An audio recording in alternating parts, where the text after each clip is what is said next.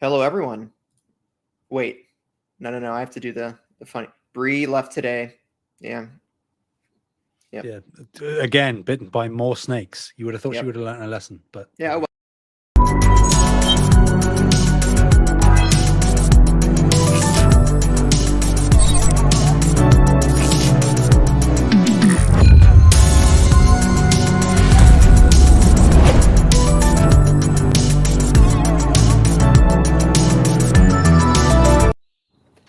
hello, everyone. My name is Taylor. Taylor. And I'm joined by my co-host Sam. And Brianne is missing. She's where is she? I wish I knew. What's that Apple tag? Where's that location of that Apple tag that I planted on her when she visited me? Yeah. Yeah, exactly. Yeah. I don't know. Asking the real questions. Yeah. If you're listening to No Limits, PlayStation Podcast, episode 132.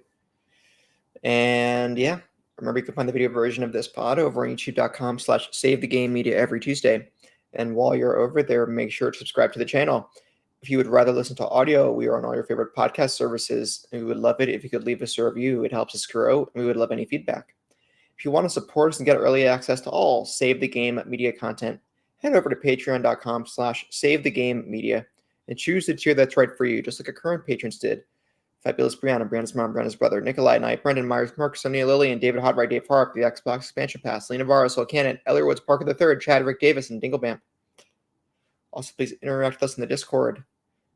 Links are in the show notes, Blue Sky, all that jazz. How you doing, Sam? I'm doing pretty good.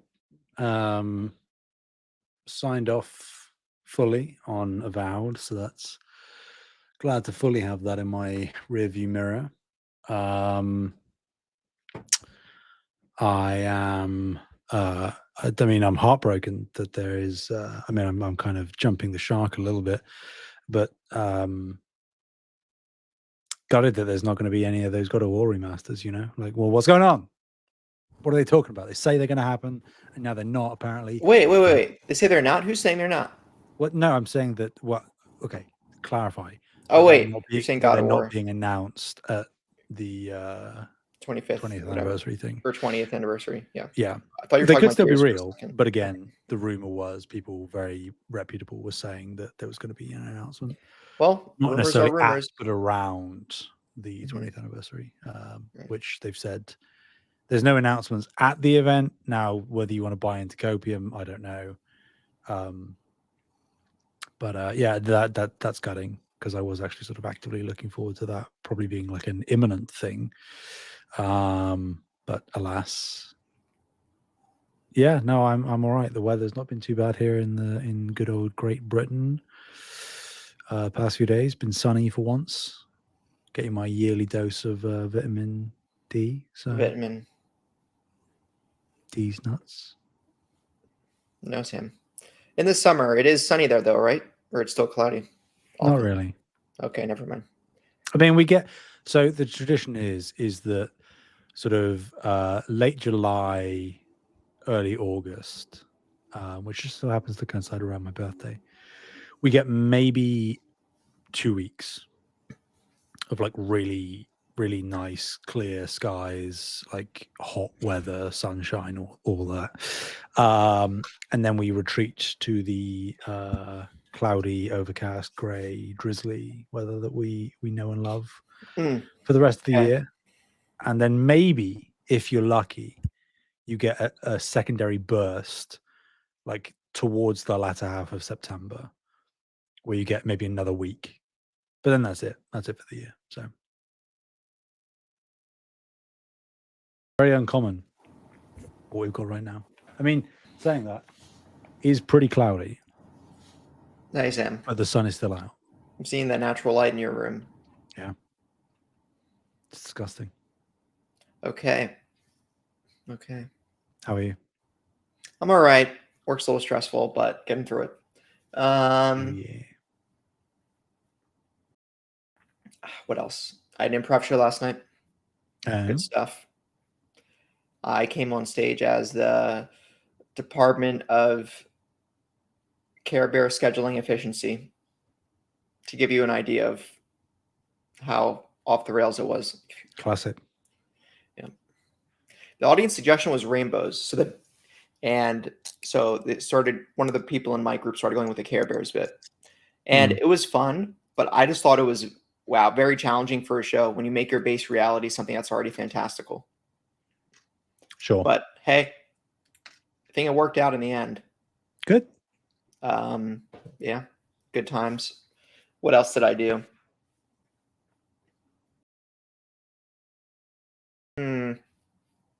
I went to see some of my other improv people in my class performing on Friday. That was good. They were performing in the same show, just different day. Or I guess same show. Yeah, same. You know how you have a play at different times?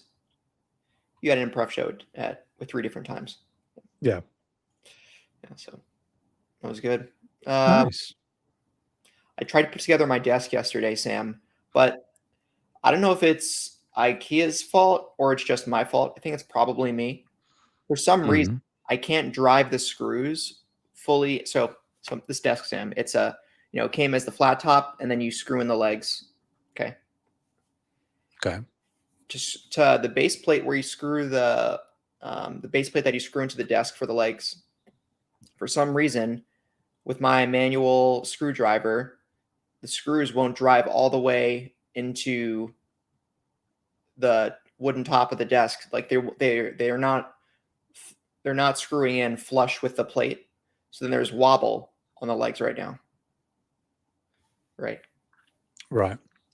And I tried as hard as I could with as much downforce as I could, and it's just not budging unless I start stripping the screws. So that desk is over on one side of my very small apartment right now, upside down, waiting to be fully fastened. And I've reached out to a friend I'm going to meet for dinner tonight, asking him if he has a spare drill with a number 1 Phillips bit on it. Yeah. But the new desk is nice. It's at a finally reasonable height compared to the desk I'm podcasting on right now. And the adjustable legs are a really nice, affordable option as compared to a standing desk. I mean, it's a lot more convenient to change the height than a standing desk because you have to take everything off and flip it. But I can adjust the height of the legs without unscrewing them from the desk once they're fully fastened. Yeah. It's just the end of the legs have a little sleeve, and you can pull it out in the sleeve, and then you twist it to tighten. If you want to change it, just turn to the left, loosen, and it gives you a nice little centimeter guide. Here's how many centimeters this length of desk leg is. So good for $120 at IKEA. I can't complain. I'm surprised it's only that cheap. Bad. Yeah, I was shocked at how cheap that was, but yeah, because I may or may not be moving in the next 6 months. I didn't want to invest in a standing desk because standing desks are notoriously heavy and sometimes difficult to assemble.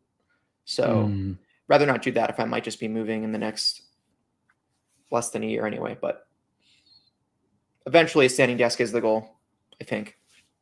Yeah. Can vouch. Worthwhile. Yeah. As a short king, a lot of desks aren't, the standard height for a lot of desks are still too tall for my shoulders to sit comfortably. Sure. So, yeah. Riveting stuff, I know, Sam. I know. Hey, I love desk talk. I've got a nice desk. Yeah. All right. Good stuff. Sam, what have you been playing? I may or may not have seen your Discord status reading Inscription excessively over the past 12 hours. It said like 4 hours when I looked at it yesterday. It was on for another 30 minutes when I checked like a half hour ago. Sam, what is going on with you in this game? Yeah, I would never judge that as the time I've actually been playing it. I'm notorious for leaving it in sort of rest mode or just idle or whatever. Silly. But I have been playing a lot of Inscription. Mainly, I mean, I finished it back in the day, and I am very much in my sort of stick with me. Very much in my puzzle sort of Puzzle era. ethereally, mystery, creepy, vibey stuff. Well, if you want a puzzly, mystery, creepy, vibey, roguelikey, death buildery, Inscription's right there, right? So Indeed. So I'm just playing through it again. No real intention of doing anything, just sort of getting back into it. I find it fun. I like the vibes, the aesthetic. very unique game. Yeah. It is very unique. One where there's a lot of layers to pull back. I mean, it is a card game, but it's also not just a card game, which I like. There's a definitive end, right? There is, yes. Yeah. I mean, it's sort of one of those things where like you can finish the game, but then like other things unlock where like technically the game isn't finished, but you can finish the game. Okay. Yeah, so I've been playing a fair bit of that. Me and Bree, right at the beginning of this week, did jump into Returnal. Oh yeah, how's that going? Pretty good. I mean, I think we did 2 different evenings. The first evening, we made essentially 0 progress. Like we got through the 3rd biome, which is where she was to begin with. Okay. And we made it to the boss of that biome and then got shredded. Oof. And like Returnal, when you're playing in co-op, it does automatically ramp up the difficulty as you would naturally expect, because otherwise it would be far easier with 2 players. Mm-hmm. But like our builds like weren't quite there either. But we tried and valiantly failed. The next night, though, we took a different approach. So, like, for people that don't know, Returnal, there are several biomes. And when you're first playing through, you have to go through consecutively, 1 to 2 to 2 to 3. Whereas on return runs, if you've cleared the biome, you'll start back at 1, but there are essentially immediate shortcuts that you can take if you know where to find them, that you can use to skip past a biome or the boss of a biome to reach the next, or in some cases skip multiple biomes at once. And the game will then provide some boosts to get you up to the power level that you would realistically need to be at for that biome if you went naturally through everything. So we, instead of skipping straight to biome 3 like we did the first night, we worked our way through all of biome 1, beat biome 1's boss, then did a little bit of 2, then skipped to 3, and we cleared boss 3. So we did biome 3. We then went into biome 4, cleared biome 4 and the boss first try. And there's 6 biomes. And technically we got through biome 5 as well. I won't say anything. I'm not going to say the context, but like you can get through biome 5 to 6 and not worry technically about a boss. I won't elaborate. Okay. So we did technically get to biome 6, and we got partway through biome 6, and then something like, I almost feel like the game was bugged because the difficulty of this thing was so absurdly high. And we had some pretty broken builds. Both of us had like excellent weapons with excellent modifiers, and we still got shredded. So we didn't beat it, but we got very close. So I assume at some point we'll go back to it. I think Bree's a bit busy, but yeah. Then you have to start from the first biome again. Well, no. There's, again, for reasons I won't divulge, there is a checkpoint essentially once Okay, you that's reach great. biome 4. So you will by default start at biome 4 once you've cleared biome 3. But then again, you'll have the same skips available where you can go straight from biome 4 into biome 6 if you want to. But you'll just be slightly under leveled. So yeah, really enjoying it. I mean, it just is solidifying the fact that I think Returnal is probably one of the best games of this generation on any platform. So yes, loving that. And then the only other thing I've played, I did play it a while back, like several months back, for a few hours, but I just wasn't in the right headspace for it. I picked Sable back up. Yeah, because again, like alongside the puzzle thing, I'm kind of in the sort of chill, just exploratory, no real worrying about anything vibey stuff, and that is what Sable is. So just picked it back up where I left off, cleared it, and in the process, almost by accident, managed to get the platinum for that as well. So and it clicked with me more this time. I still think it's a little bit janky, like technically it's not great, but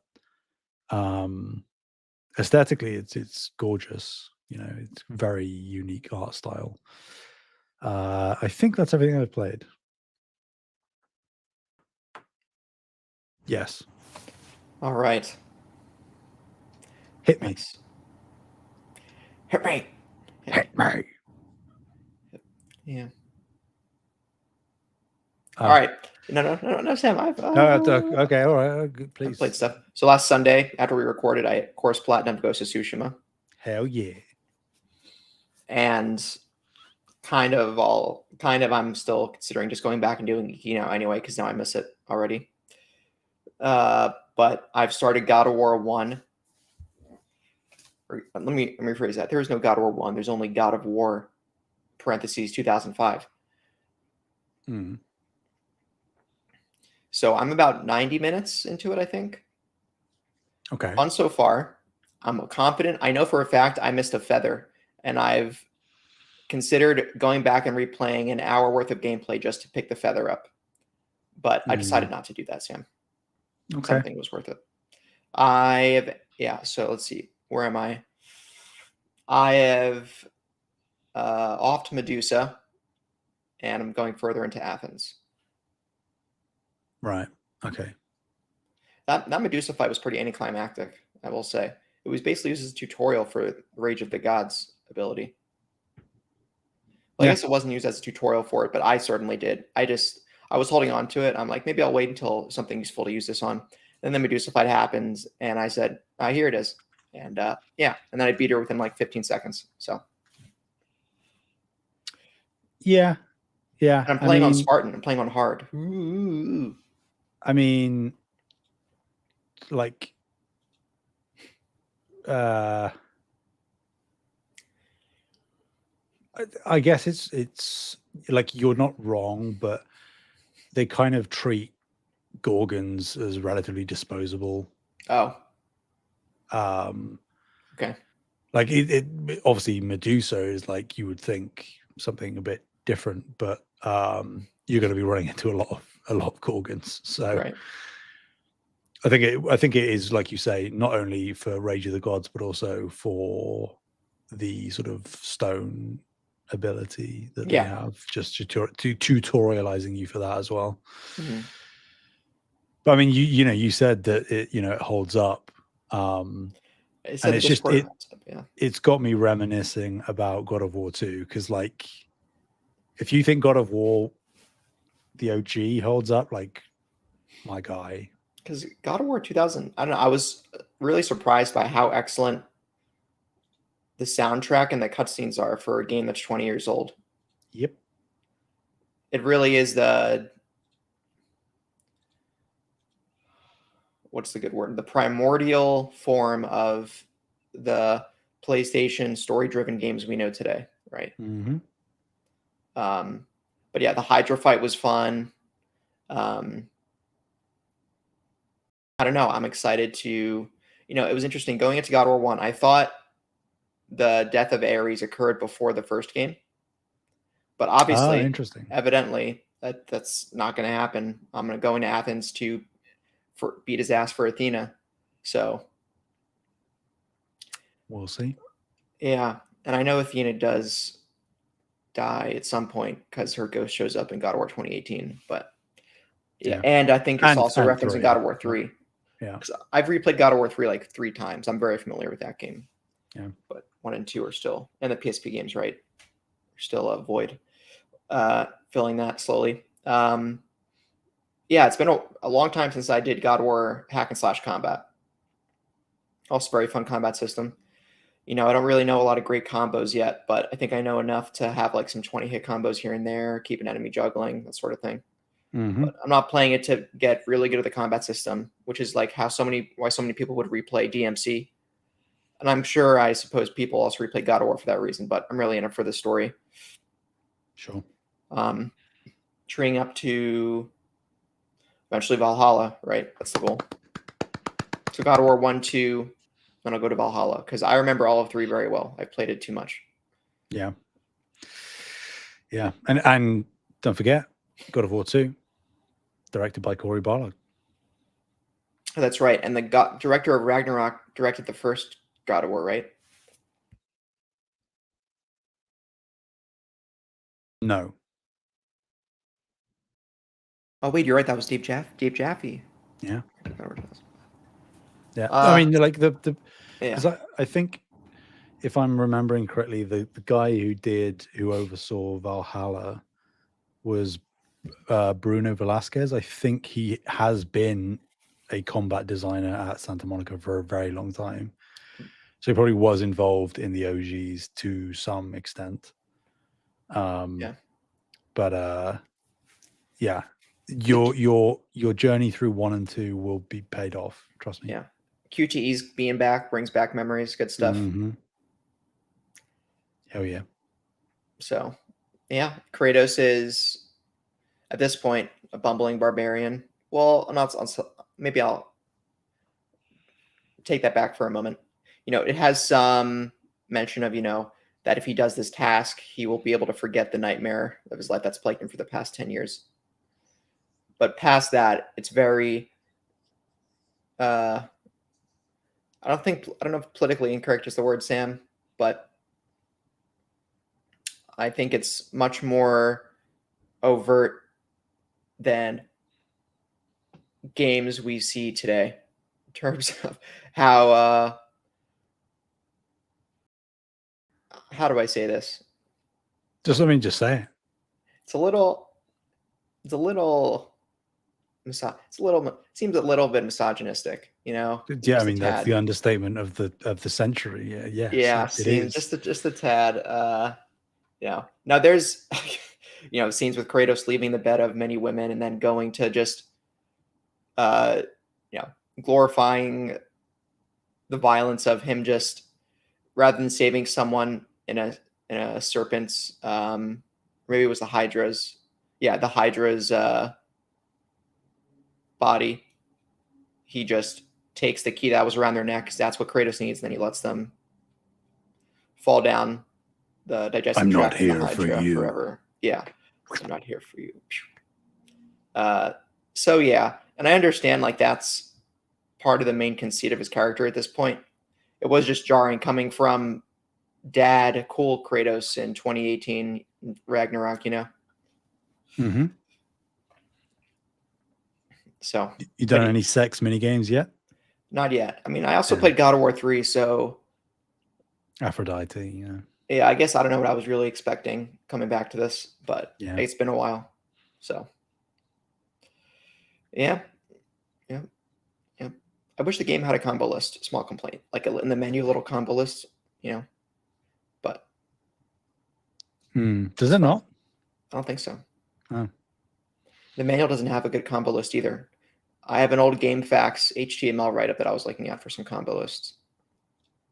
Interesting. Other than that, did a little flight sim, Sam. Flying from Oklahoma to Arkansas, Sam, is tough. There's nothing there. except for interstates. Yeah. No green, no lakes, no water, no buildings, really. Mm-hmm. I don't know. I'm a little treading down on the flight sim train, but the Ace Combat train, this might be going up, Sam. I have my eyes on the Ultimate Edition for $16 on Steam. There's a way to use a joystick if you want to. And Armored Core, getting into the industrial military game. And Metal Gear Solid. Ooh. Oh, Sam, I never played Metal Gear Solid. We're going to be here forever. Oh, God. Yeah.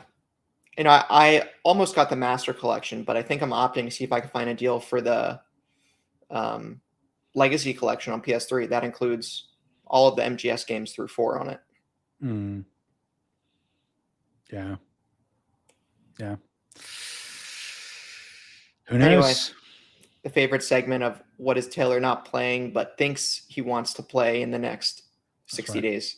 That's right. I believe in you. Yeah. All right. Thanks. We'll see. We'll see what happens.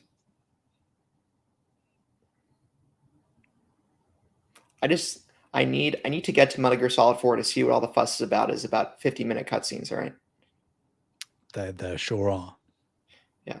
Apparently the longest one, according to Google, is the longest cutscene is 71 minutes, and it's the epilogue. Yep. Good old Kojima. Yep. Anyway, Sam, shall we get right into the news? The news, as good old Keemstar would say, from every time you do that, it hurts my soul just a little bit, you know. Drama Alert 2016. Am I right? Yeah. Let's do it. All right. Well, starting on a hopefully the lowest point in terms of news in the show. PlayStation's Malaysia studios and visual arts studios have suffered, quote, many layoffs. This is according to former staff from both studios. So on this past Monday, former PlayStation Visual Arts project manager Abby Lamaster posted a message on LinkedIn stating that, quote, many people from the visual arts group had lost their job that day. Quote, it was tough waking up to messages that many friends and former coworkers from PSVA were laid off this morning. Lamaster now works at Riot Games, and she also said, quote, the layoffs today hit hard. PSVA let go developers with decades of subject matter expertise, talent that will be extraordinarily difficult to recoup. The industry can be unpredictable, but the skill, experience, and the passion of the people I worked with at PSVA are undeniable. And another anonymous source familiar with the situation told the outlet Kotaku that the cuts were, quote, widespread. And it's reported by Namiya Gaming that layoffs also took place at the Kuala Lumpur-based studio, PlayStation studio in Malaysia, which was founded in 2020 as a support studio to work sideline the VA team. And in a post on LinkedIn, PlayStation Studios Malaysia's former senior project manager said he had been affected by the layoff, stating, quote, it was a tough start of the week for us at PlayStation Studios Visual Arts. There was a wave of workforce reduction which affected Malaysia and our global counterparts. And unfortunately, I'm no longer part of the brand. All this comes to us from Ethan Goosh at Kotaku and Chris Scullion at VGC. So, yeah, unfortunate. I don't know what else there is to say. Yeah, I mean, I suppose I'll get out of the way that I think there are some people that are blowing this up to be like more dire than it is. Like it's obviously horrific, and I'm not trying to justify or excuse it, but I think some people are proclaiming that it's sort of evidence of the sky falling more and more for PlayStation. I don't think that's entirely true. For visual arts in particular, that's California. They're in San Diego, right? Oh, sorry. Yeah, right. Sorry. No, San Diego's in California. You're right, Sam. It's been a long day. Okay. But thank you for clarifying. Yes. Thank you. So it's clear that to some extent, PlayStation is shifting a little bit away from investing like crazy amounts in those areas. not just like West Coast of the US, but potentially the US in general. And obviously, a lot of their major teams are in the US. But I think that where they can make cuts, they're probably going to. And then that does, unfortunately, without really like cutting significant meat off the bone of their teams, it's going to fall on the support teams, and the ex-dev stuff, which is what we're seeing here. Now, the Malaysia one, a little bit strange, like, because obviously that's not in the US. But you would assume that this is at least partially because of all of the project cancellations. They have less things for people to do inherently because of the amount of projects that have been shelved, and things that still need to be greenlit are a while off. So you're going to have a lot of people twiddling their thumbs, and it sucks that the solution to that for the corporations is to reduce headcounts, even if it logically makes some sense. Yeah, it's unfortunate. Like you say, I don't really know that there's much else to say. You can just hope. The only hope that you have is that this is sort of like the tail end of these layoffs that we're going to see. The closure of London studio and Firewalk, and then you're losing some team members across the board in different places, not to a lesser extent. And now you're seeing this. They haven't closed, but like significant reductions. So we'll see. I guess they are really hard steering back towards as much of a Japanese skew as they can, which makes sense because labor is comparatively significantly cheaper over there in the East. So yep. Bummer. Toph also thinks it's a bummer. Moving on. Okay, to some more positive news. Supposedly, Death Stranding 2 Special Edition info has leaked ahead of Kojima's, you would presume, announcement tonight, day of recording. Coming from Andy Robertson at VGC, according to Bill Kuhn, who is a prominent tech info / leaker guy on the social medias, PlayStation is planning to open Death Stranding 2 pre-orders this month, with multiple physical editions planned, including a $70 standard edition and a $230 collector's edition. As I just suggested, Kojima is set for a panel at South by Southwest 2025 in Austin, Texas, where we assume this information is going to be revealed, likely alongside a release date. So by the time you're hearing this, people, we may well have a release date for Death Stranding 2. So the live stream, this is irrelevant for you guys, but just for context, the live stream is today, the 9th of March at 4 p.m. Central, 9 p.m. in the UK. I will be tuning in if I can. And it has multiple guests. Obviously, Kojima is there himself. He's got Norman Reedus, Troy Baker, and I believe Woodkid as well, who is a musician that is seemingly going to be doing some of the licensed music for the game, in the same way that Low Raw was for the first game. Exciting. We've had some bad news. We got the suggestion that there isn't going to be a God of War remaster, but hey, the trade-off. I don't know what this thing about no God of War remaster is coming from, Sam. I didn't catch that when I was looking at the notes for the show this morning. Okay. Well, I mean, Santa Monica put out a tweet. Oh, what? When? Like a day or two ago. I did not see it, Sam. Yeah, they put out a tweet saying like they showed some like special artwork from a commissioned guy, and it had the list of all of the guests that they're having. Like they're gonna have Christopher Judge, obviously, a few people from the Norse saga. They're gonna have the voice actress for Athena. They also have TC Carson. Who? OG Kratos voice actor. Oh wait, Chris Judge didn't voice Kratos in the first game? No, God no. TC Carson did all of the Greek saga voice acting. Christopher including Judge, God of War 3? Yeah, Christopher Judge's first game was God of War 2018. Oh, I didn't know that. So yeah, they and the tweet said basically off track, but who cares? Like we can't wait to celebrate 20 years of God of War with you, and we see the anticipation building about the anniversary, but we want to be clear that there are no planned announcements for this event. So Good. how So dare you, Taylor? it's good. So you're my just saying PS that because you bought the yeah, PS5 that's and why you I'm didn't saying want it, that to be Sam. invalidated. We'll see. Maybe it's a thing that is happening this year if a lot of insiders who have good track records are saying that it's real. Maybe it is something that happens this year, but just classic Sony, they don't manage to line things up for, like what would be, you would assume, the perfect time to announce them, which is this month. Yeah, Death Stranding 2. When do we think it's coming, Taylor? Let's lock this in. We've got it set in stone before the announcement happens. What date? What month? When are we saying? What are you feeling?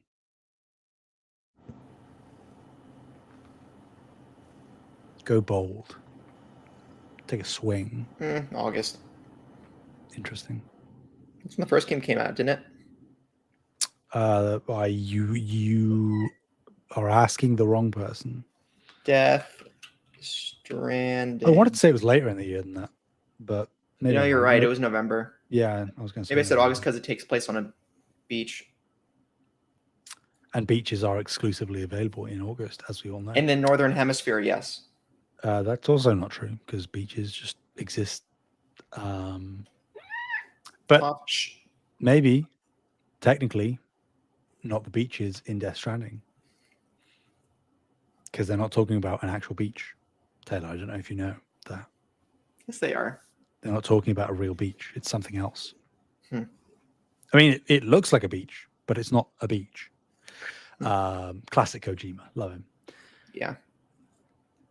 I'm going to say, I'm actually going to take I don't know anything, to be clear, because I wouldn't know this sort of thing. Okay. I'm going to stick to my prediction that I made earlier in the year or late last year. I'm going to say it's May. I'm going to say, and I'm going to look at the dates just so I'm not saying something stupid. I'm going to say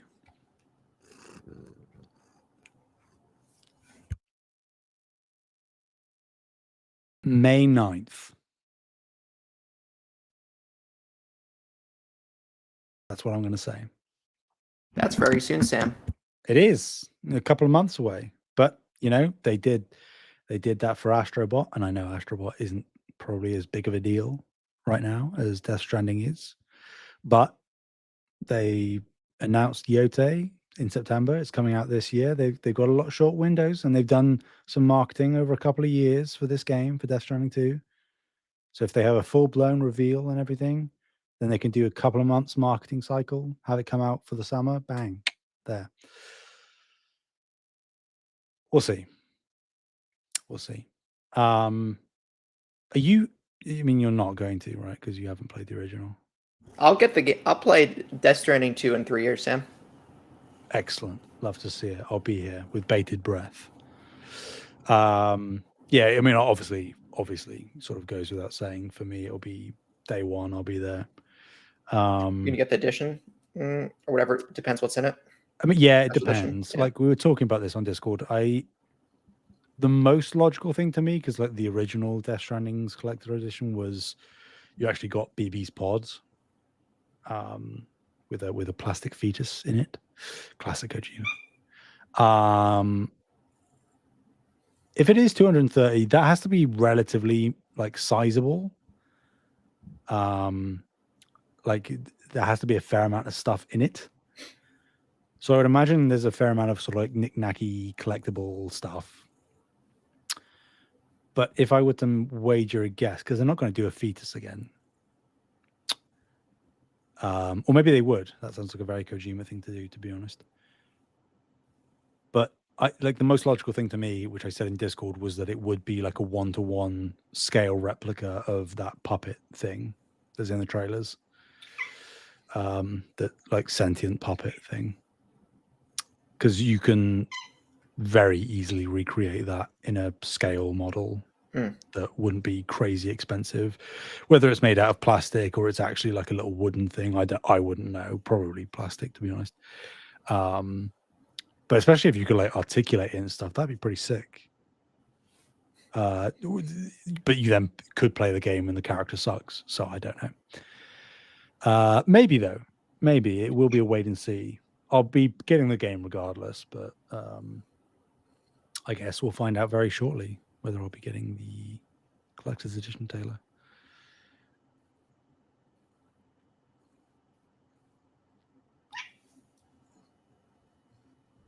Death All right, Stranding 2, Sam. baby. All right, Sam. Death Stranding 2 is a good winter game. All right, not a good summer game. To play, time of year to play. Let me rephrase.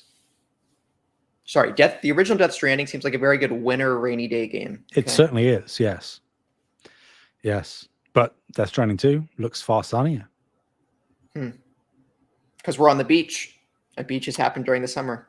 That's just, yep, okay, yep. Yeah, I know I'm right. Moving on. So there's a Gears of War trilogy collection rumored for release on PS5 in August, with no multiplayer mode, but it would include co-op campaign and enhancements for the PS5 Pro. This was first reported by some folks on Twitter, Detective Seeds and Middle Age Gaming, both of which don't have very decent track records. But then Jez Corden from Windows Central, the Xbox guru, replied saying he also heard there would be no multiplayer on this collection. So it implies Jez also has information that this will be coming. I guess he didn't confirm whether it would be releasing in August, but it seems like Jez is pretty confident this will be here probably this year. Yep. So we can play Gears of War co-op, Sam, because I never played Gears. Good. You love Gears, don't you? I wouldn't say I love it. You love it. It's pretty good. You love it. Maria. That's all I know. The ones I've played, but Maria. Okay. Yeah, like again, it's just another sort of Band-Aid rip, right? Like we cover it because it's like relevant news for PlayStation, but it is like it's just another thing where a big Xbox game is coming over, and it makes sense. Like whether, and this isn't a bit, whether E-Day is a day one multi-platform release or it's just a timed exclusive and then comes to PS5, it makes a lot of sense. Even though Gears E-Day is technically going to be a prequel to all of these games, it makes sense to introduce the audience to Gears before E-Day, because as much as Gears E-Day is going to be a prequel, I imagine to some extent it's going to be very referential and sort of nostalgia baity, you know, like laying the groundwork for cool moments from these three games that fans can sort of point and look at that might not resonate if you haven't played the Gears games before. So getting the original trilogy out first, having people dip their toes in and then be excited for the new release makes a lot of sense. Very smart move. So yeah, I'll be getting it, certainly. Maybe we'll co-op. Yes, please. Let's do it. I've been waiting for some new Uncharted, and this is not Uncharted, but it is a third-person shooter. Yeah, got that one. That's not what I would have jumped to first, but like, maybe Mbiamba. What did you just say? Mbiamba. Okay, everyone, Taylor has had a stroke. No. Don't worry. Oh, I haven't. Shut. Okay. Stop it. Stop. Ew. Okay. Speaking of things stopping, maybe. Neil Druckmann has said that there may be no The Last of Us 3. I'll believe it when I see it, Neil. So in an interview with Variety, Druckmann said, quote, "I guess the only thing I would say is don't bet on there being more of The Last of Us. This could be it," end quote. Druckmann also spoke on the longevity of the show, quote, "How much longer The Last of Us could continue meanwhile, remains an open question. Mazin and Druckmann always plan to split Part 2 into more than one season. They're just not sure how many more there will be. Quote, it feels like we've got 1 or 2 more seasons, end quote, Mazin says. It's getting harder to make because every episode gets big. You don't want to wait 4 years for a 17-episode finish or whatever it is. Neil also said, quote, I love the changes that we've made. It's a different version of that story, but its DNA is in there. Maybe more than excited, I'm really curious what their reaction will be. You don't buy it? Or let me back up. What do I not buy? That there may not be a Last of Us 3. Yeah.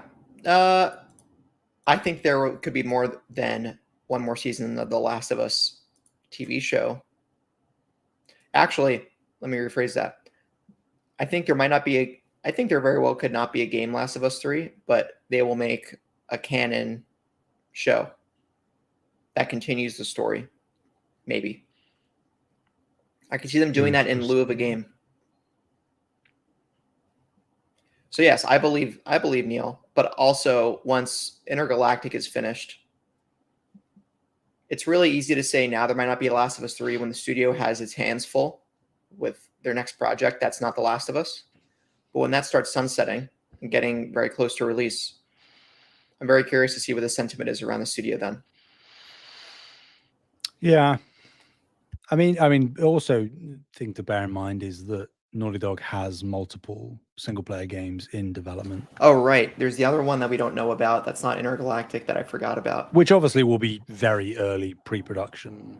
Like, as you say, all hands are going to be on deck for Intergalactic, but they have other things like cooking. It's not like a cold start once Intergalactic is done.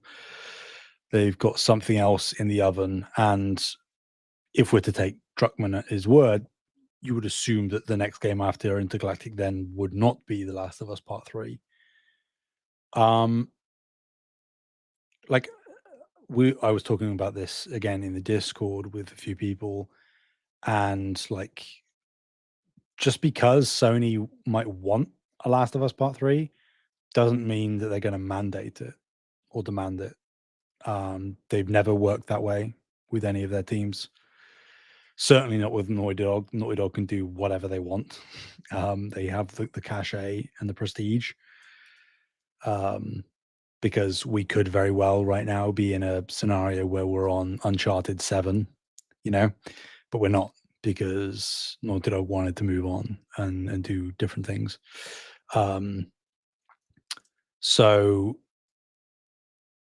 yeah, like The Last of Us is very successful. It's a very big IP, but that's never stopped Naughty Dog or any other PlayStation team from moving on from something beforehand. Bearing in mind that like Uncharted 4 was, I think, the best-selling Uncharted. Pretty sure. Yeah. So like, it was reaching its peak there and they stopped. I mean, they did Lost Legacy, but that was a smaller side thing. So yeah, and also I don't think that in the same way that before Last of Us 2 came out, a lot of people, including myself, were saying, I'm not sure we need a Last of Us 2. And I'm very glad we got it. I adore The Last of Us Part 2. And I would eat up any other Last of Us that they decide to give us, but I don't think that it needs it. Like, do we really need to know how Ellie's story ends? I don't think we do. Like, would I like experiencing it? Of course, if they gave it to us, but I don't think that they need to give it to us. She lives happily ever after with Dina. If that is your interpretation, Taylor, by all means. I don't subscribe to that, but that's okay. That's what I like.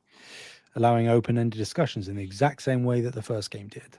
And I think the danger that they run into is that after the end of the first game, a lot of people, had these discussions and made headcanons. And then The Last of Us Part 2 obviously took a specific direction, and a lot of people did not gel with that direction. And I feel like the more that you try to enforce a canonicity to events, particularly when there's a big gap between these installments, I think that's where you could start to lose some of the audience. Now, whether that's warranted or justified or not is subjective, but like, I think you could just, and probably should, just leave things as they are. Like, whether that means that they're full on. I mean, they've already said that Intergalactic is a franchise. So, like, are they going to do another Intergalactic straight after? Maybe. Are they going to go back to an old IP? Maybe. Are they going to just do another new IP? I don't know. But I don't think that The Last of Us is this thing that needs to sort of perpetually continue just because it's successful. Because I was saying this specifically to Ty in the Discord. Mm-hmm. The only reason that something like God of War has stuck around across all of these generations is because it reinvented itself to such a drastic degree with 2018. Like, if God of War was just the Greek saga more, it would be dead by now. But it's not. And it's found a way to reinvent itself with different pantheons. Most other IP, PlayStation or not, doesn't have that flexibility. Right. It's when you turn a series into an anthology, right? Yeah. So, like, The Last of Us, sure, you could experiment in genre, maybe. Like, do you go full on survival horror? Do you go like fully left field and do like a, you know, not saying that Naughty Dog would ever do this, but, you know, just for argument's sake, like a strategy game or an immersive sim or something, you know, maybe, but then how much is it The Last of Us?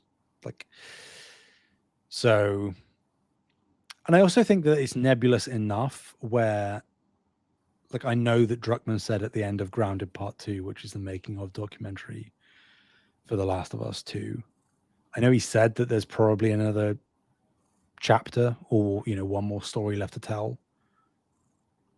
But that, again, like to your point, that doesn't have to be a game. You could sort of culminate the story in a season of television, which would be very strange to do, admittedly. But if Druckmann is inherently involved, it's not going to run into the same issues that something like Game of Thrones did, you know, where they ran out of source material and tried to get a step ahead and that collapsed. I also think that this statement doesn't necessarily preclude there being another Last of Us game, but it not specifically being Part 3. Like, could you do another Last of Us game with a fresh set of characters in maybe a different part of the world? Yeah, you could. That wouldn't be Part 3. That would be The Last of Us subtitle, you know. Or Druckmann said that they were spitballing at one point a Lost Legacy Mars Morales sized game that focused on Tommy after the events of Last of Us Part 2. That would be very cool. Yeah, like, or between the events of The Last of Us 1 and 2. Is there anything between the events of The Last of Us 1 and 2? Sure, I yes. I also think that, like, there is a risk you can run of like halting forward momentum to go back. And like, does that, without going to spoilers, does that mean that like we just spend the entire game like talking about or being with Joel, or, you know, like, I think the more interesting part, again, leaving some things unanswered, like that nebulous period where they were apart. Or a prequel to the first game. Maybe. Yeah. Well, I guess at the beginning of the first game you have the flashback, right? But sure. I know if they wanted to squeeze the universe of The Last of Us, they have a lot of avenues to do so. Without it being a specific Part 3. Yeah. That's my point. So, like, yeah, I think there is nebulousness in this comment where, intentionally so, you can probably interpret it a number of ways. I also wouldn't be surprised if he is just gaslighting because he doesn't want to bring up the concept of a Last of Us Part 3 when they are presumably not that far away from talking a lot more openly about Intergalactic and wanting the focus to be on that as opposed to the game after Intergalactic. Like, keep the focus on the new IP, expose that as much as possible. Maybe that's it as well. But very interesting. I know it took a lot of people by surprise because you would assume part 3 is just sort of a given, but maybe not.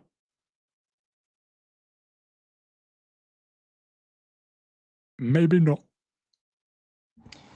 Yep.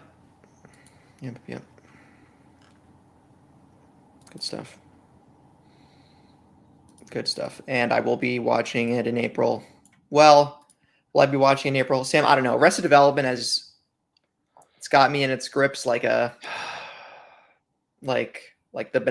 banana stand has George Michael. After that, I'll watch Invincible, then Daredevil, then Last of Us Part 2 for TV. But I'm not going to watch seasons 4 or 5 of Arrested Development. I'm just going to pretend they don't exist. Okay, that's fair enough. That's fair enough. A question though. Okay. Like, before we move on, how much are you expecting them to deviate from not only the story but the structure of part 2 with the show? Because if they're splitting part 2 into multiple seasons, like, what does that look like? Well, I think regarding structure, there's a clear choice that they must have already made by now regarding the day structure. In the game, right, we usually alternate between, like, we go Ellie, Seattle day 1, Abby, Seattle day 1. No, we don't. No, we don't. Maybe I forgot, Sam. We go Ellie, then we go to Abby, right? Yeah. So we do Ellie, and then they cross paths, and I'll just leave it there for people who haven't played the game. Yeah, we do Ellie 1, 2, 3. Then you have, again, no spoilers, Abby in the theater. Then you flip, do Abby 1, 2, 3, and then go back to that moment, and then you're flip-flopping between the two. So I could see them changing the structure where they go Ellie day 1, Abby day 1, Ellie day 2, Abby day 2. Yeah, as a good point. yin and yang sort of approach to develop contrast, right? Because how the game structures it is, it's a lot harder to remember how Ellie was behaving in Seattle day 1 after going through 3 days of that and then going to Abby for her day 1. Yeah. So maybe you could argue, I don't know if it's quote unquote improvement or it's really just different. They could do it that way. Also, there's a lot of stuff regarding the WLF that the game just doesn't expand on really, about the true origins and the building up of this organization. I could see the show spending more time on that than the game did. Oh, and for the record, Isaac, Jeffrey Wright is reprising his role in the show as he did voicing the character in 2019 or 2020. Shout out. He was great in American Fiction. See that movie. Anyway, so yeah, so I guess the question, how do I see them deviating from the second game, if at all?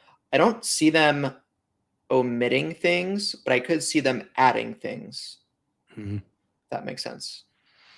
And they may abbreviate some things. Maybe some things that took longer in the game don't in the show. But I have a feeling they'll follow the Last of Us 2 story with it. But I'm going to say embellishments. Kind of like what we saw in the part 1 show with Frank and Bill, right? Frank was Bill's, I'll call him friend's name for people who haven't watched, right? Who didn't really exist in the game. But yeah, spoiler warning. In the game, he was like dead. He was dead. Yeah. Spoiler warning for people who haven't watched the show. They're partners. I didn't say he was a friend because not because I looked down on the relationship, but the revealing of that is a pretty integral part of that episode of part 1, which was my favorite episode of the first season, for the record. Yep. Nick Offerman can totally do the dramatic role, and I had no idea he had that much range. Anyway, so stuff like that, doing it with Tilu part 2 on the TV shows or season 2, I could just see them doing that. I don't think there's going to be drastic differences. If there are, I'd be surprised, and I'll see. And if they do change it drastically, I'm not opposed to it so long as it's executed well. Yeah. Yeah. Like it did sort of just reading what Neil said about maybe more than excited. I'm curious what their reaction will be. It's a different version of that story, but its DNA is in there. So like I mean, obviously he specifically says that they made changes, but like what that means, does it mean structural things? Does it mean they've actually amended or changed how things happen in specific situations? Does the order in which they play out, and or is it just the embellishment stuff like you're talking about? Because there was a trailer that came out just the other day, an official trailer for season 2, and it is showing like some of those embellishments already. Like I won't say too much, but there was a character early in Last of Us 2 that doesn't actually show up at all, but is talked about a lot. Who he grew a lot of weed. I'll say that. And he is like an actual character in the show. So I'm guessing that there is going to be a fair amount of additional stuff in Jackson as well. Now, whether that is in the beginning, and like the inciting incident, shall we say, of the game happens a bit later into the season, maybe, than it does in the game. Or whether there is like a, dual scenario thing where you are following the Ellie arc of the game and you are also at various points flashing back to Jackson and seeing what's going on there concurrently. I think that is, like you said, the sort of stuff we can probably expect to differ the most. I would imagine like core plot points to be relatively intact. They might at most be like shuffled around a little bit, but I don't see what they gain too much by changing the narrative structure from the game all that significantly. Because I know that it's abrasive to some people and some people just don't like it, but like if you committed to it for the game, I don't know why you wouldn't commit to it for the show either.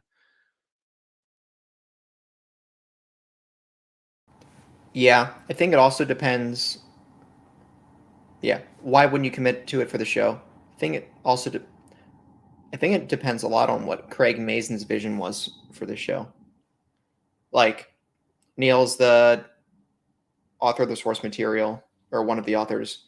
Craig is the adapter, and might have ideas for how to adapt. Like, we saw he took some interesting liberties in Chernobyl, especially with. Right, Craig did Chernobyl, right? I'm not making that up. Mm-hmm. Yeah.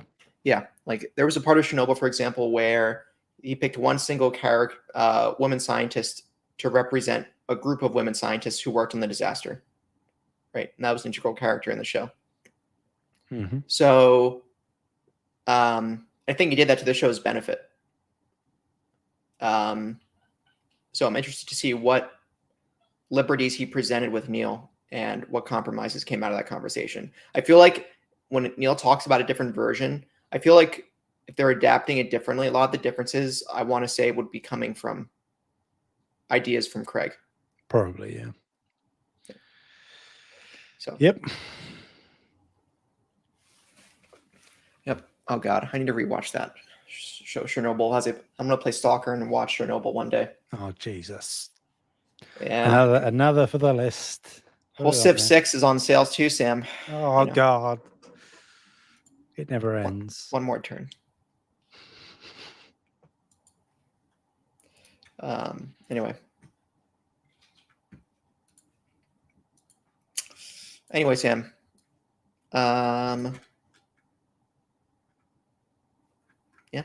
Last story of this show. Sony is offering a streamlined PS5 beta sign-up system, finally. So there's now a single registration program, rather where it used to be there's a new beta, or you would have to opt into every event if you're interested in, and then they would send you an email for that specific beta if you were selected or not. Now they're going with a streamlined system where it's sign it set it and forget it, that sort of format, where there's a beta program sign up that's now live at playstation.com/beta-program-at-PlayStation. And it allows you to be considered for future betas that include new PS5 console features, PS app stuff, and you just need to sign up once, like I said, and you'll get an invitation, I think, via email as an invite to participate as they come up. And you have to have a valid account for PSN and be in good standing with the current email address. Accounts with restrictions, bans, or violations are not eligible. You must live in the region where the beta program is available, and you need to be old enough. I don't know if it's 13 or 16 or 18, but somewhere between there. So yeah, just an easier way to be integrated into the beta program if you're interested. And I know I was waiting for a long time before they finally put it in, 1440p monitor support natively. And that was only available via beta for a few months. So if there's a feature you're waiting for and you want to be the first to try it out or to get a hold of it, definitely sign up. I know I signed up, tangential comment, for the Microsoft Flight Simulator 2024 beta for Sim Update 1, and that helped the game a lot. So I think most betas for software updates are usually to your benefit. They're not patching the system in an effort to make something worse, right? I guess the risk is, since it's a beta, if something goes wrong, I guess you're at risk for it. But in an environment like this, it's really a low risk way if you're interested in keeping up with the tech. So I'll probably sign up. But yeah, if you're interested, go do it. I am already signed up. Aren't you special, you little fanboy? Yeah, like you say, I don't really have much to add. It's been a long time coming. It sort of makes sense to streamline it in the way that they have. Yeah, and with the requirement barriers that they have in place, you would imagine it's only the people that sort of actively really want to be participating in betas that will be potentially selected. Like, this doesn't guarantee you access to the betas, but they will reach out if they decide, or if you're selected or whatever. So yeah, it'd be interesting to see what comes of it, if anything. This could be a thing where you sign up and you never ever hear anything. It's sort of luck of the draw in that sense. But yeah, no, it's exciting. I mean, like, as exciting as beta access can be. But if you care about the console experience, or UI or UX, and even like presumably testing some games in like closed beta fashion, which is included here, like you say, you don't really have anything to lose. If you're already got a PSN account and you're actively engaged in the ecosystem, then really you probably should sign up regardless, even if your intention is to probably say no to any offers you receive. It's good to be able to have the option, so that if one day something did pop up that you were interested in testing, and having sort of early access to, then this is how you do it. So Signing up right now, Sam. yeah, look at him go. He's doing it. He's beginning to believe. Yep. Join now. Welcome to the beta program on PlayStation. Following screens will guide you through the registration process. Eligibility. Blah, blah, blah, blah, blah, blah. I'm not reading it. Blah, blah, blah. Blah, blah. Agree. What are your favorite genres? Select up to 3. Yeah. Action. Simulation. Oh God. Ooh, driving and racing simulation, separate categories. In some ways, weirdly, like, you picking off the wall stuff here might actually increase your odds of getting into certain betas. So You're right. Role-playing games are action, shooter, role-playing games, horror, fighting, music rhythm. Sorry, music rhythm is one category. Driving / racing is another. Arcade, simulation, sport, or family. So definitely action. Probably shooter is going to be the second one. RPGs. Here's the thing. I don't know what PlayStation really considers an RPG. Like, is Ghost of Tsushima? No, Ghost of Tsushima is not an RPG. Considered. Horizon's not considered an RPG. It's more like just that most games nowadays have RPG elements in right. them. So I mean, our action shooter role-playing game is probably the easiest to go ahead, but I'll do simulation. Screw hell shooter, yeah. Sam. Sims. What are my 3 favorite play modes? Single player, PvE, co-op. It's pretty easy. What platform do you prefer playing on? Select all that apply. I just selected PS5 and PC, the only ones available, so I selected both. Yep. What type of betas would you like to participate in? So you can pick which type. Play tests, console features, PlayStation app, or PlayStation.com. I'll just do all the above. Sure. What are your favorite play styles? Casual, competitive, completionist, exploration, or speedrunning? I think casual. And you can only select one for that list. What is your age range? 25 to 34. Continue. There you go. There you go. No Easy tough. peasy. Stop that. Yep. All right. See. Pretty simple. Anyway, thank you all so much for listening. You can find us on YouTube at Save the Game Media, Discord. Links are all in the show notes. Where can people find you, Sam? Oh, it got dark all of a sudden. I'm sorry. Yeah, it did. Yeah, got dark. Like my soul. People can find me anywhere and everywhere at Sam Heaney, HEANEY. All right. Cool. You can find me at TPR on the Discord, or Taylor, Mr. Carter 9 on PSN. That's MRCARTERNINE. You can find me at TPR #6868 on Xbox, or TPR on Steam.